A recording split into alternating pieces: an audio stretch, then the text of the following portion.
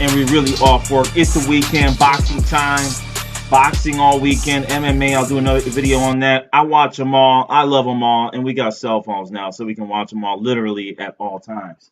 That said, great night for Daz, and I'm telling you, it's $99 for all the fights you want all year round. Plus, you get baseball. I believe you get a little bit of Bellator MMA.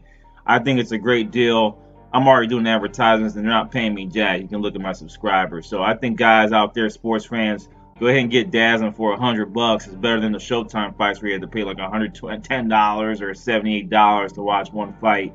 You get a bucket of fights just for $99. But back to the point of contention, Triple G. I mentioned age is a problem for a lot of people. Last night, I don't know if it was the competition. I don't know what it was. He has a new training handler. And let me tell you, the head movement improvement from Triple G. I really don't care if I get a copyright strike on this. I want you guys to see this. This is ridiculous. The new head movement from Triple G, his trainer kept saying, get in rhythm, you know?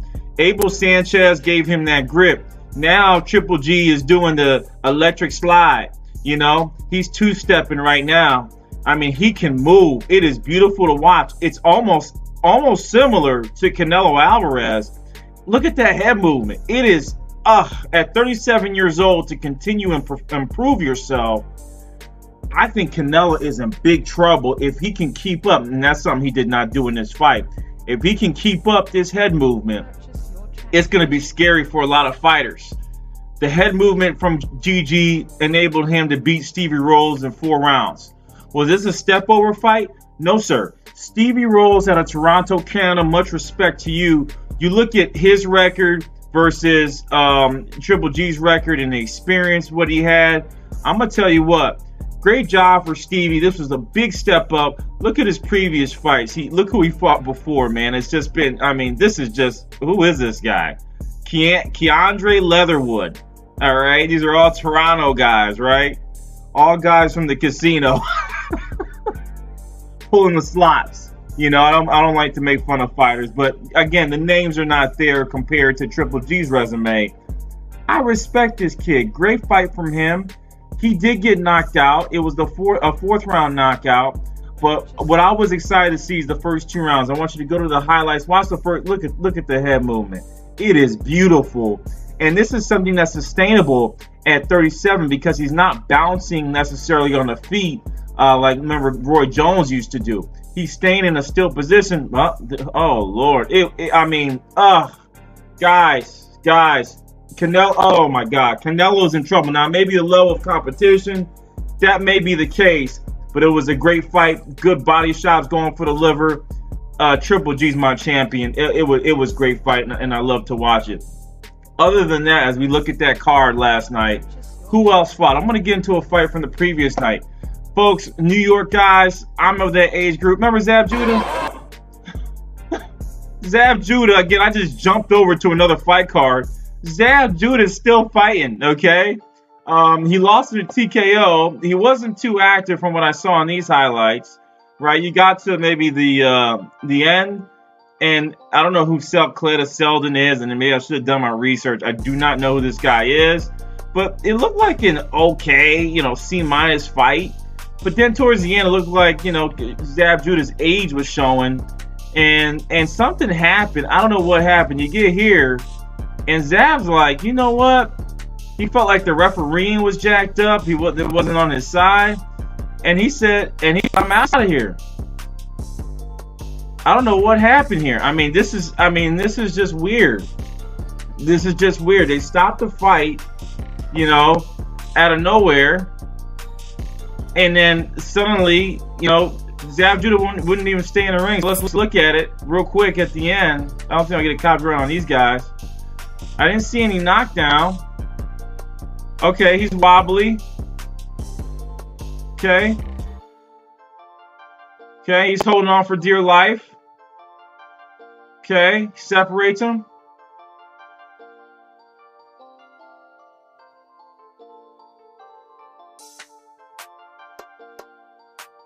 Oh, early stoppage.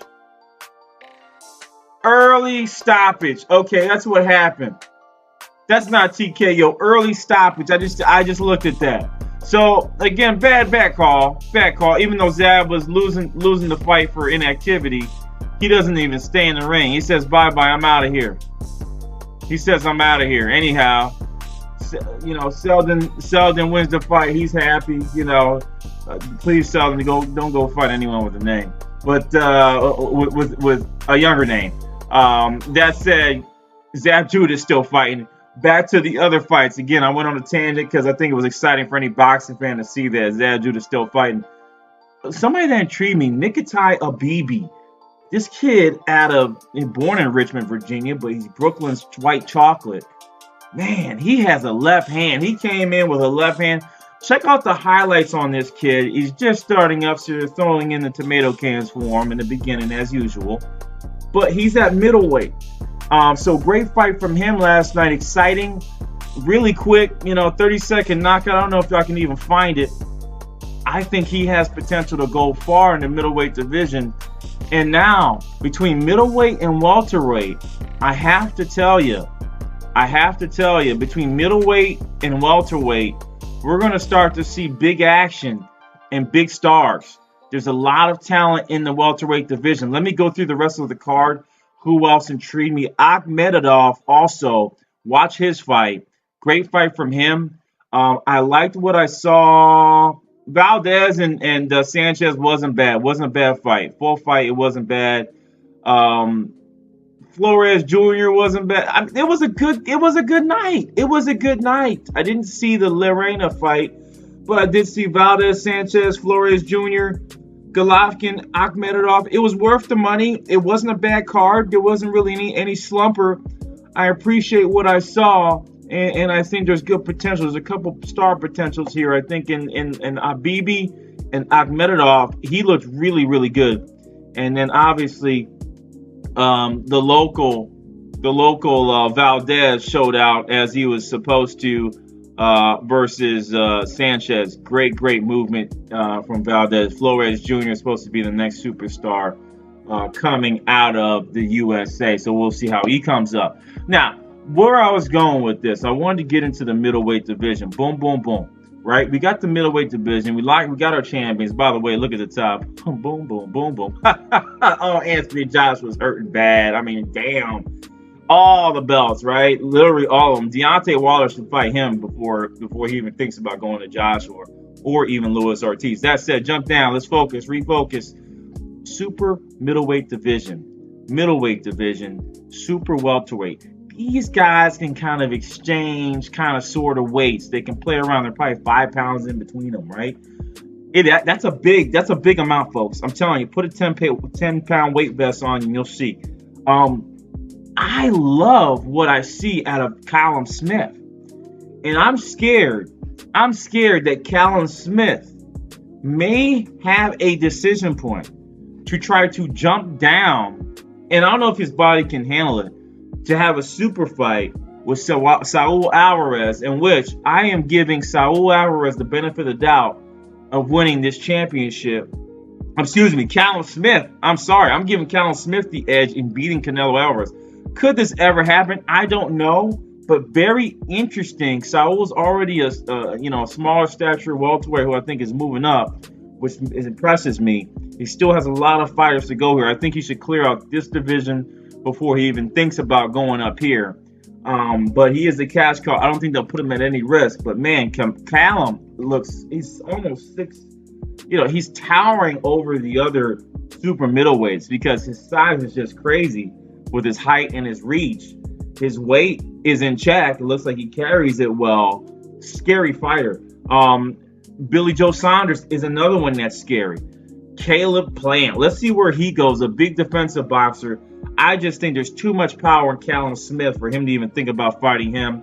Eubanks Jr. is there. This is a stacked super middleweight division, folks. Need to watch out for this division and where these guys go. For middleweight, obviously, I want GGG to come back and try to take one of these vacant titles. He belongs there. Demetrius Andretti is there. Would Canelo ever fight him? I don't know. Should be a good fight. He's held the belts for a while. That's the only one Canelo doesn't have. He may go after it. Canelo may just go after it and say, let me clear out this division. That'll be exciting to see. And then you got the super welterweights. That playment zone, that play zone that I'm talking about. Canelo's talking about jumping two-weight divisions down and fighting Errol Spence, and Errol Spence thinking about moving up two-weight divisions. I don't want to see that. I think Canelo's too big for Errol now. However, if the fight goes down, it'll go down. I'd rather see Canelo fight one of these guys, right? There's a Charlo brother in here somewhere as well. They're not showing all the middleweights. Boxing Rec's not always updated to the core, but there's a Charlo brother with the title here. There's a Harrison, right, on the lower end.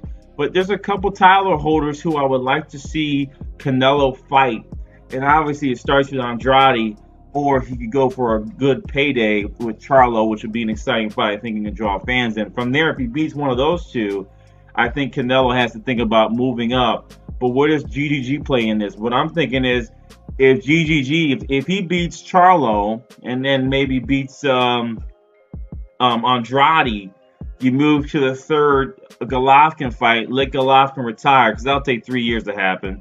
Let there be a retirement fight probably in 2021. Canelo versus Golovkin ended off, and then Canelo continues his career as he gains weight to fight some of these guys, and that will make the super middleweight probably the most exciting division in boxing, in my opinion. Other than that, I think that was all that I saw that were good fights. Again, the one thing that I noticed from a 37-year-old boxer is that he got a new trainer and he improved. They say you die and you have what you have at 37.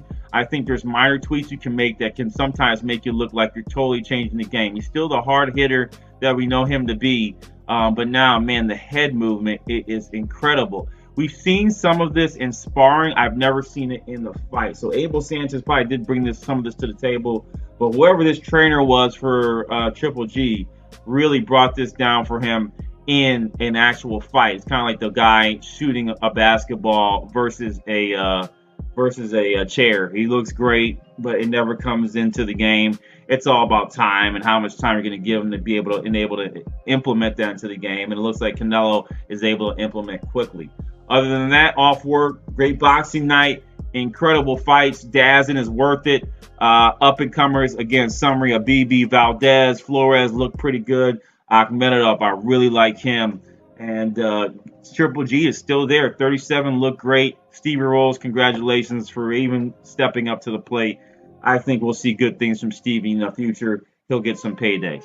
Off work, I am out of here. Peace.